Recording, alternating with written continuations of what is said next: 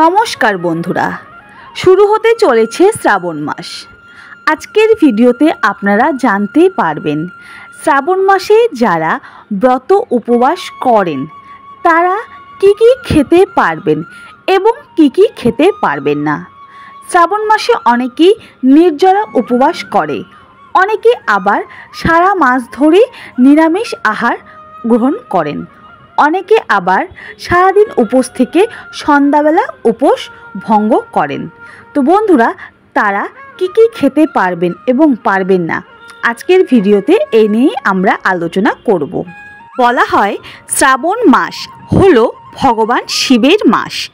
পুরাণ অনুসারে এই শ্রাবণ মাসেই সমুদ্র মন্থন হয়েছিল, আর সেই সমুদ্র মন্থন থেকে উঠে আসা বিষ যা নিজের কণ্ঠে ধারণ করেছিলেন মহাদেব।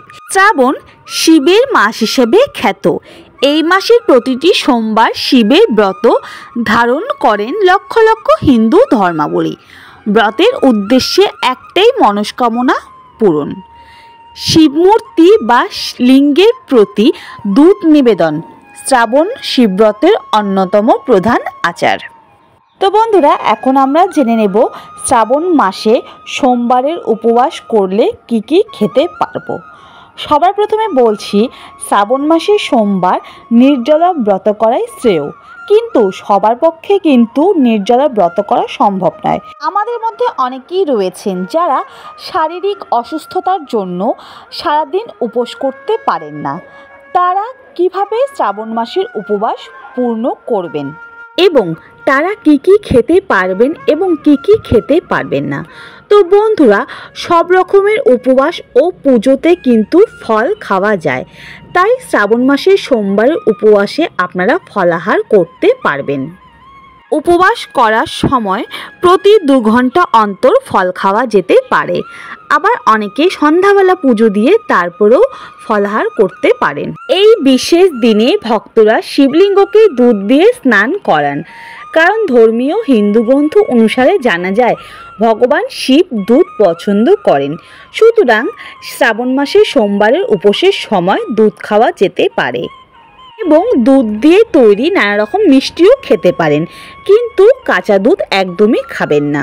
উপবাসের সময় সবচেয়ে বেশি প্রচলিত খাবার হলো সাবুদানা। এটি দিয়ে তৈরি করে নানা রকম খাবার এদিন আপনারা খেতে পারেন, যেমন সাবুদানার পায়েস, সাবুদানার খিচুড়ি, চীনাবাদাম সাবুদানার পকোড়া। তো বন্ধুরা, আপনারা সাবুদানা দিয়ে যাই কিছু বানান না কেন এর মধ্যে কিন্তু একদমই লবণ ব্যবহার করবেন না, কারণ উপবাসের সময় কিন্তু লবণ খাওয়া চলে না। লবণের বদলে আপনারা সিন্দুক লবণ বা কালো লবণ ব্যবহার করতে পারেন। এছাড়াও আপনারা বাদাম, রাগি ও বাজরা দিয়ে তৈরি রুটি এবং লবণ ছাড়া মাখনও খেতে পারেন। আলু দিয়ে তৈরি নানা রকম খাবার আপনারা খেতে পারেন, কিন্তু তার মধ্যে হলুদ একদমই দেবেন না এবং সিন্দুক লবণ ব্যবহার করবেন। এছাড়াও যারা একদমই নির্জলা উপবাস করতে পারেন না, তারা প্রতি 2 ঘন্টা অন্তর জল ও ফলের রস খেতে পারবেন। মশলার মধ্যে খাওয়া যেতে পারে জিরা, দারচিনি, সবুজ এলাচ, লবঙ্গ ও কালো গোলমরিচ।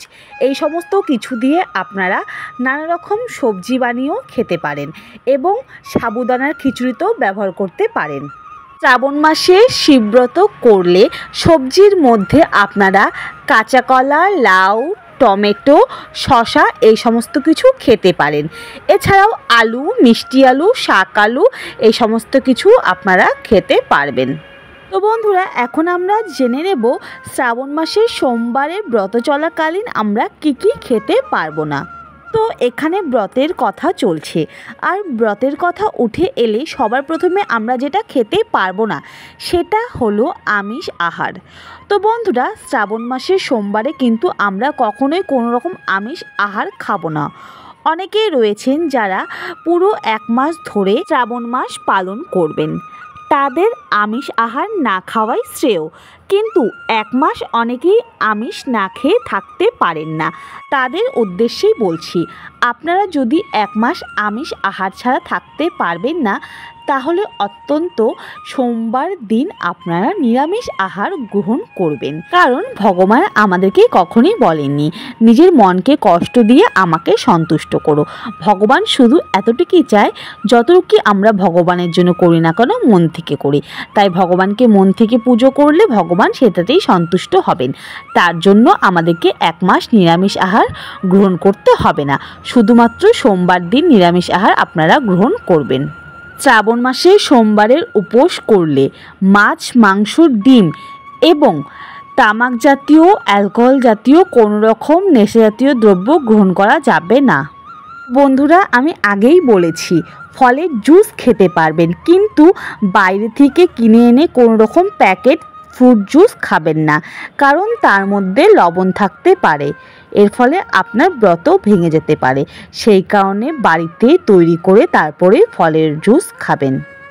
শাস্ত্রমতে শ্রাবণ মাসে পেঁয়াজ, রসুন, সরষের তেল, মুসুর ডাল, বেগুন এই সমস্ত কিছু না খাওয়াই শ্রেয়। এছাড়াও অনেকে নানা রকম খাবারে তিলের তেল ব্যবহার করে থাকেন। এই সময় তিলের তেলও খাওয়া যাবে না। ব্রতের সময় আপনারা দানা জাতীয় কিছু খাবেন না, যেমন গম, চালের তৈরি কিছু একদমই খাবেন না। সোমবার হলো ভগবান শিবের দিন। সারা বছর সোমবারের ব্রত বা পুজো করা অনেকের ক্ষেত্রেই সম্ভব হয় না। তাই যদি সম্ভব হয় শ্রাবণ মাসে অবশ্যই প্রতি সোমবার ভগবান শিবের পুজো করুন এবং ব্রত করুন, তাহলেই সারা বছরের ফল পাওয়া যাবে। এবং শ্রাবণ মাসের সোমবারে সারাদিন ওম নমঃ শিবায় জপ করতে একদমই ভুলবেন না। যত বেশি সম্ভব ওম নমঃ শিবায় জপটি করবেন। তো বন্ধুরা, ভিডিও শেষে আপনাদের কমেন্টের উত্তর দিতে চাই। এর আগের ভিডিওটিতে আমার কাছে কমেন্ট এসেছিল যে দিদি, শ্রাবণ মাস চলাকালীন কি 1 মাস আমাদের নিরামিষ আহার গ্রহণ করতে হবে, নাকি সোমবার দিন নিরামিষ আহার গ্রহণ করব, এবং যদি ব্রত করে থাকি তাহলে কি আগের দিনও নিরামিষ খেতে হবে? তো বন্ধুরা, আপনাদের প্রশ্নের উত্তরে একটাই কথা বলতে চাই, আপনারা যদি পুরো 1 মাস নিরামিষ আহার গ্রহণ করতে না পারেন তাহলে তাতে কোনো অসুবিধে নেই। মনকে কষ্ট দিয়ে কোনো কিছুই করা উচিত নয়। আপনারা যদি সোমবার দিন ব্রত করবেন তাহলে অবশ্যই রবিবার দিন নিরামিষ আহার গ্রহণ করবেন। আর যদি আপনারা সোমবার দিন সারাদিন উপোস থাকতে না পারেন তাহলে সোমবার দিন দেবাদিদেব মহাদেবের মাথায় জল ঢেলে আপনারা ফলাহার করতে পারবেন। বা ফলাহারে যদি সমস্যা থেকে থাকে তাহলে জল ঢেলে আপনারা নিরামিষ খাবার খেতে পারবেন। সেই দিন চেষ্টা করবেন কোনো রকম আমিষ খাবার খাবেন না। তো বন্ধুরা, আশা করি আপনারা আপনাদের প্রশ্নের উত্তর পেয়ে গিয়েছেন।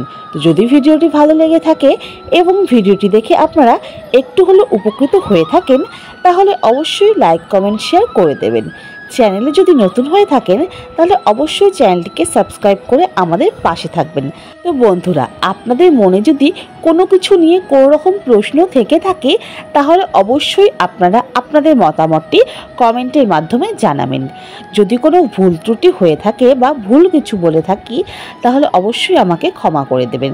আমার চ্যানেলে শ্রাবণ মাসের আরও অনেক ভিডিও দেওয়া রয়েছে, আপনারা গিয়ে সেগুলো দেখতে পারেন। তো বন্ধুরা, আজকের ভিডিওটি এখানেই শেষ করলাম। সবাই খুব ভালো থাকবেন। অন্য আরেকটি ভিডিওতে খুব তাড়াতাড়ি আপনাদের সাথে আবার দেখা হবে। ওম নমঃ শিবায়। হর হর মহাদেব।